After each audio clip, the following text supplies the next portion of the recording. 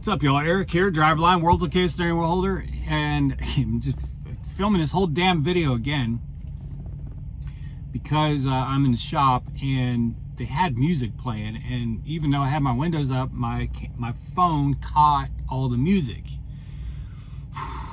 like country music or something. And I guess whoever had the speaker or something, somebody left. They quit playing it. Anyway, I'm not going to roll my intro. I got a brand new intro that I've designed, engineered, built, all that good stuff. That's coming. I told you guys a week or two ago that I was going to be making some big changes in YouTube, going to be getting more serious in YouTube, finding some inspiration, finding some motivation, and I'm almost there. It's really cool, actually. You guys are going to love it on the next video. Pretty cool shit. So this one we're just going to do raw and give you an update on a couple things that are going on with my truck.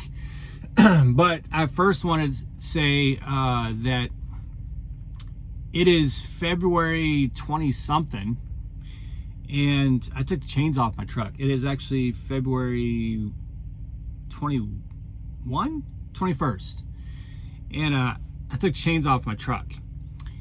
So that should tell you how little I go out west. And I was just having this conversation with somebody before I did this video. We were talking about terminals, and he said that he's out at the Salt Lake City terminal right now and has been out Salt Lake City terminal 10 times already this year, and we're not even 2 months into the year.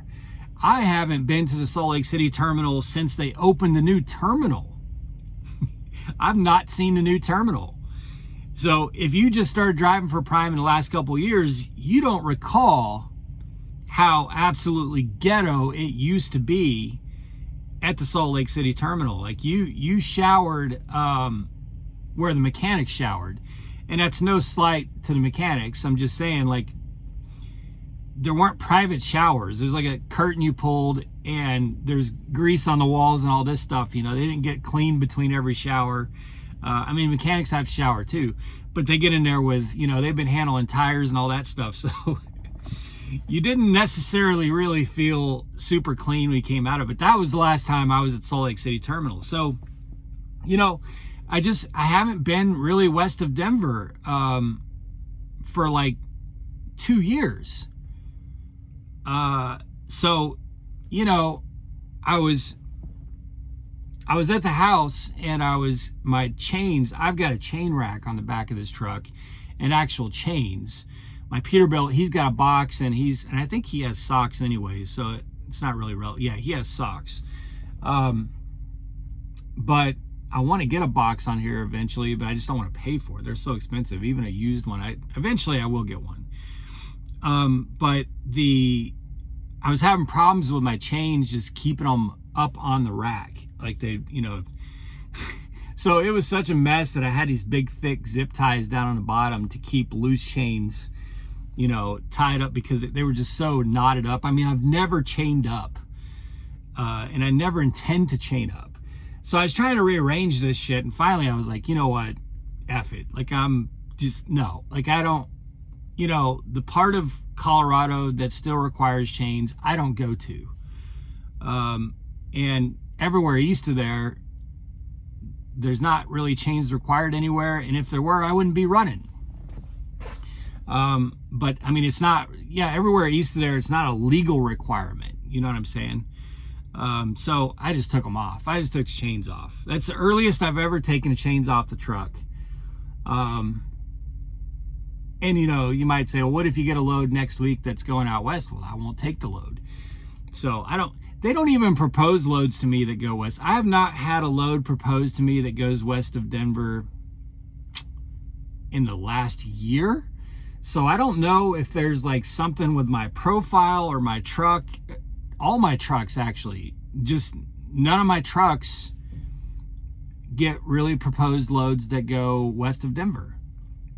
So I think my original fleet manager, Chris Martin, before he went to training, he had told me something about because I was like, no, I'm not going out there. No, I'm not dealing with that. No, weather this, weather that. And finally he's like, all right, I got you all set up to where we're just not going to run you out there. And that has stuck since. So yeah, chains are off the truck. I'm not taking a load out there. I just want them off the truck. I don't want to fight with them and deal with them.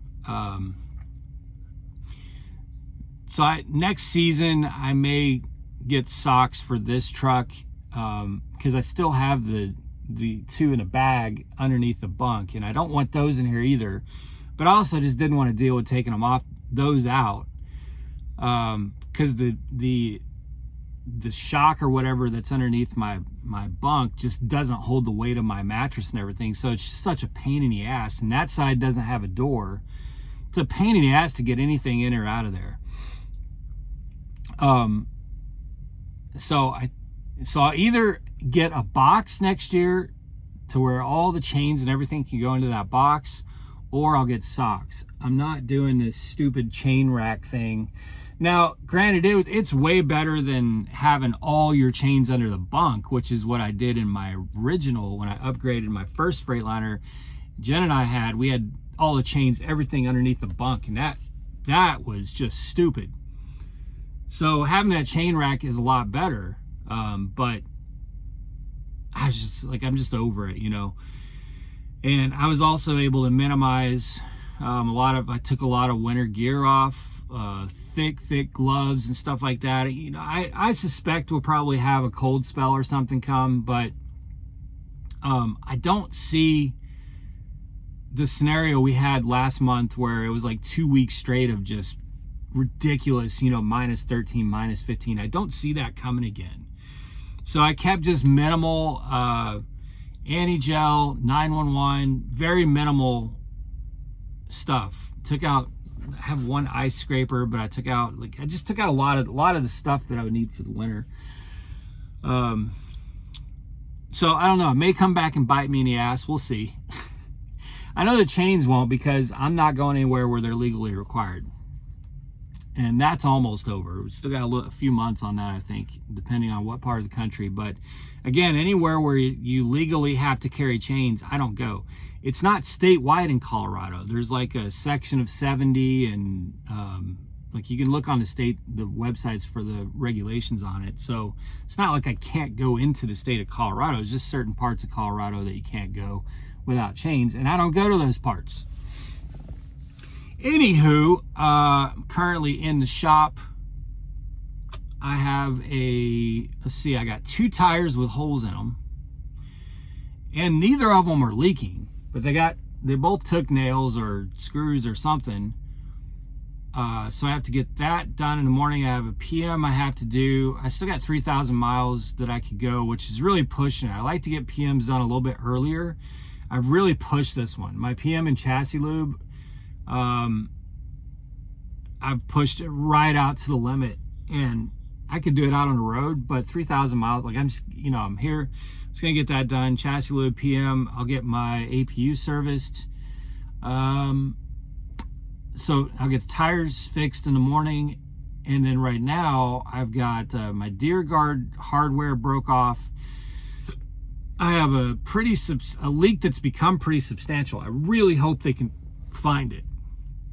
He's down underneath the truck right now looking for it, but it's just gradually gotten worse. It started where it was just really slow when it was super cold.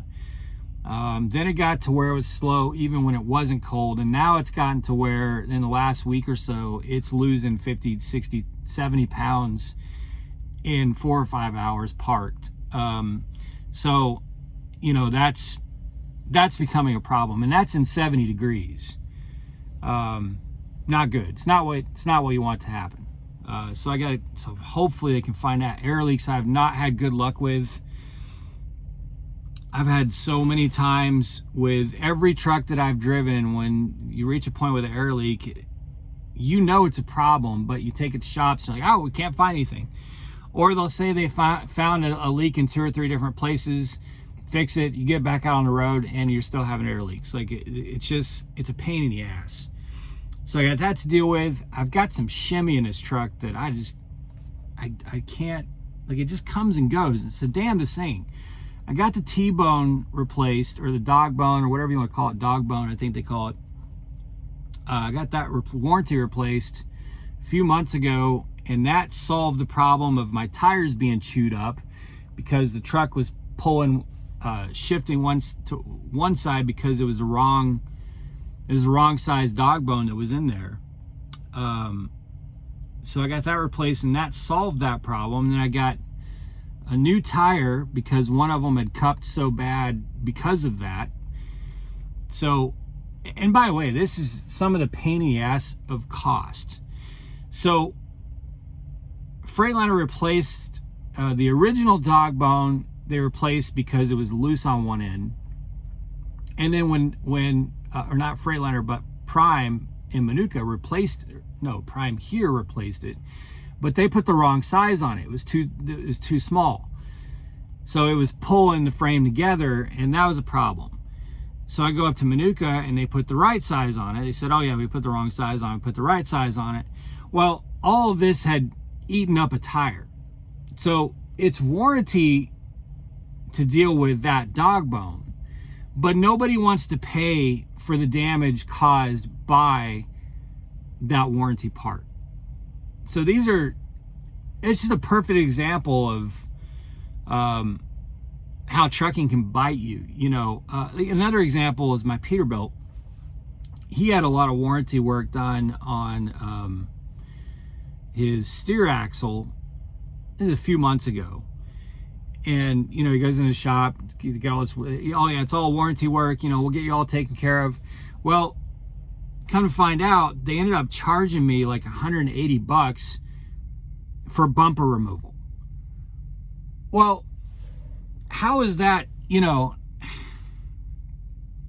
if you say to me, oh, this is all warranty, we'll get it all taken care of for you, and then you come back and you charge me for something that happens as a result of the warranty work, then that's pretty effed up. But that's just the way it is, just the way it is. You just get screwed. And so I had to buy this tire, and even though they acknowledged that the damage was caused by a warranty issue. Dog bone was loose on one end. They replaced it with the wrong dog bone.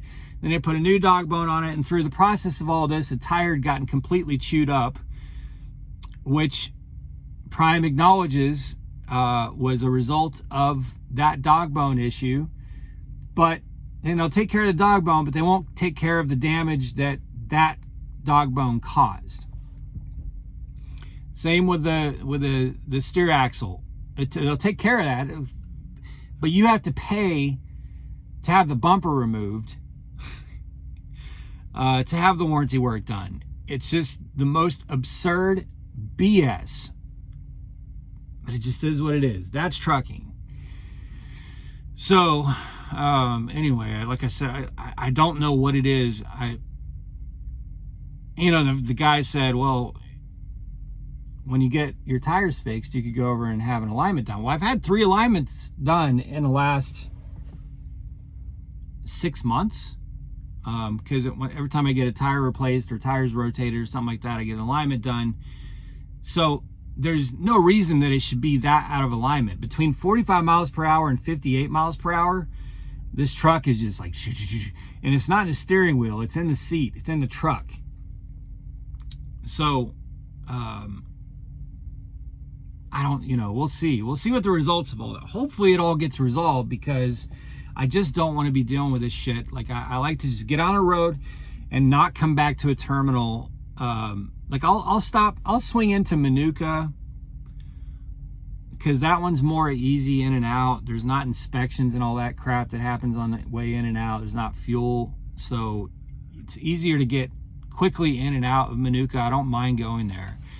But coming to Springfield or Pittston, I just don't. Like, when I get going, I just want to go 4 or 5 weeks and just not have to go to a terminal and not have to go get things worked on. So I just want to get it all done at once, even though it's going to be painful financially, to get all this taken care of. But much better than having a load that has to be delivered in 8 hours and having to find a shop. And by the way, all these Love's shops that are opening up, Love's knows that I love them, but they've kind of lied to us all. They've been pushing these 24-hour shops and opening up all these new truck stops with these nice big shops and washouts and all that, and they've been pushed 24/7. What is it called? Love's Care or whatever it is. Man, a lot of Love's shops they're not staying open 24/7. I've run into that quite a bit over the last month, where one that's in Google is supposed to be open 24/7, one that on the Love's app and on the Love's website says 24/7.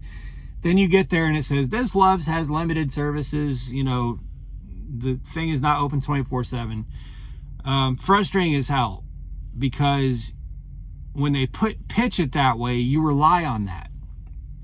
And you cannot rely on Love's being 24/7, even if they're supposed to be, even if they advertise it as such. And I talked to this dude in Georgia, the supervisor, because I had to get something I had to do down in Georgia. I can't remember, just some easy quick fix. But I had called during the day when I was on my 10-hour break and asked about it, and he goes, oh yeah, we're 24/7. So at 12:30 at night or 12:30 in the morning, I get finished my break, I'm loaded, I get ready to, I'm gonna drop this trailer, run over to the shop and get this taken care of real quick. I go over to the shop and the door's locked. So I go talk to the manager at the Love store, and they said, oh yeah, there was one guy, but he didn't have any work when he got here, so the manager just sent him home. Well, he would have had work an hour or two, he would have had work if they were open. Like I was bringing work. You can't have work if you close. So, man. So anyway, that's why I hate it being out on the road. And then I went to this TA Petro down. Oh yeah, I had to have a tire patch down there. That's what it was. So, and I needed to buy an engine air filter. So I went to this TA not far from there, and I had a load. So I dropped the load right next to the shop, and this is like at 1:30 in the morning, and they just needed to put a patch on the tire. They didn't even have to put the air filter in. I just needed to buy it. I was going to take it to Manuka. They just didn't have any at the time. It was something weird like that. So I figure, okay, this is just a tire patch. I'll get this done and then bust through Atlanta real quick before rush hour and call it a day. Well, turns out the only guy they had there was not a tire guy. He was a tech that wasn't really that knowledgeable about tires, especially super singles and all that. So it ended up taking like 3.5 hours to get a damn tire patched. And I was the only one there. There was nobody else. I was the only truck in the shop. And it took like 3.5 hours to get this tire patched. So I ended up getting caught in rush hour going through Atlanta. It's just, all that to say, it's just a pain in the ass. It is better if you're new and you're at a terminal and you've got some things that need to be looked at and addressed. If they could potentially become worse problems for you, you need to get them addressed. Don't put them off. Don't think to yourself, well, I don't want to have that charge on this settlement, or, like you get caught in that. If I just push it off, I'll get a better check this week. And that's true. But if it becomes a problem for you out on the road, it's going to cost you a lot more, both directly financially and in terms of time, and messing you up on your loads and messing you up on your trip plans and all that stuff. So it's not worth it to push it off. Like, just get it all done. And it sucks. It does suck. Because here I am in the middle of the night. What was it? Midnight? Middle of the night. Sitting in the shop. So I can't sleep. Did go take a shower, which was nice. And I had a great parking spot. I lost that. And now I'm going to have to go park. And then I've got an appointment at 0700. I need to... Maybe I can sneak a PM before that. I don't know what time they open. Are they 24/7? now? They used to be. There was a time, it was a very short period of time, I think, but there was a time where you could get an oil change 24/7 at Prime. I don't think that's the case anymore. Now I think it's first come, first serve, and they open. I don't know. I'll find out. I'll ask the tech. I may just go get in line over there. If they open at like 5 or something like that, I may just go get in line and be the first one in, get the PM done first, and then come get the tires done. Because it's not like I'm going to get a full 8 hours of sleep tonight. I already slept today. Anywho, next video, you guys, you have a new intro. It's going to be fully edited.